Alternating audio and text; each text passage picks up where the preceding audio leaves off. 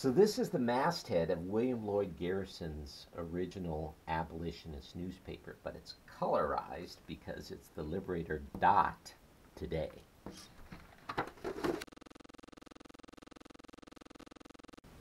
My father's death anniversary is April 12th, but every year I find that date hard to remember because the event itself coincided with the liturgical calendar. Dad died on the Saturday before Palm Sunday in 2014. That means the first time my family and I returned to church was on Easter Sunday. I'll always remember standing amidst the congregation with our worship pastor leading us in the grand declarations of the resurrection. O death, where is your victory? O death, where is your sting? My dad's death will always be associated with Easter. My name is Lowell Bliss. Welcome to episode 12 of the Liberator Today's video series on hope. Last week I made a claim that a purpose of hope is that we may have the capacity to turn our backs on death. Today, with some help from alliteration, we'll explore what that means. Number one, possibility. Remember our definition of hope. Hope is a bold conviction about an alternative possibility for the future in and through a good, free, and sovereign God.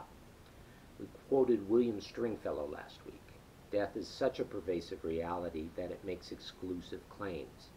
It wants you to believe that the situation you know now is all there is, all there was, all there ever will be. Paul had to address this among the Thessalonians regarding physical death itself. Quote, brothers and sisters, we do not want you to be uninformed about those who sleep in death, so that you do not grieve like the rest of mankind who have no hope. Listen to how this is rendered in the Message. And regarding the question, friends, that has come up about what happens to those already dead and buried, we don't want you in the dark any longer. First off, you must not carry on over them like people who have nothing to look forward to, as if the grave were the last word. Since Jesus died and broke loose from the grave, God will most certainly bring back to life those who died in Jesus. Hope considers death and then turns its back on it in an anticipation of that alternative possibility known as life, assuredly out there somewhere. Number two, person. Since this episode is being released on Easter Monday, it's as good a time as any to make explicit what I've alluded to for many weeks now. That alternative possibility for the future known as life is conflated almost totally with the person of Jesus Christ, the Son of God. Our basis for hope is not only the resurrection in Christ's second coming, but also his promises and his character and the roles he plays in history as liberator and redeemer. Last week we considered the basic commandment of Deuteronomy 30. I have put before you life and death, blessing and curse. Choose life. Centuries later, Jesus appears in Israel and declares, I am the resurrection and the life. The one who believes in me will live even though they die, and whoever lives by believing in me will never die. And so we conclude that we choose life by choosing Jesus. We turn our back on death and we look for Jesus, who is no longer in the grave.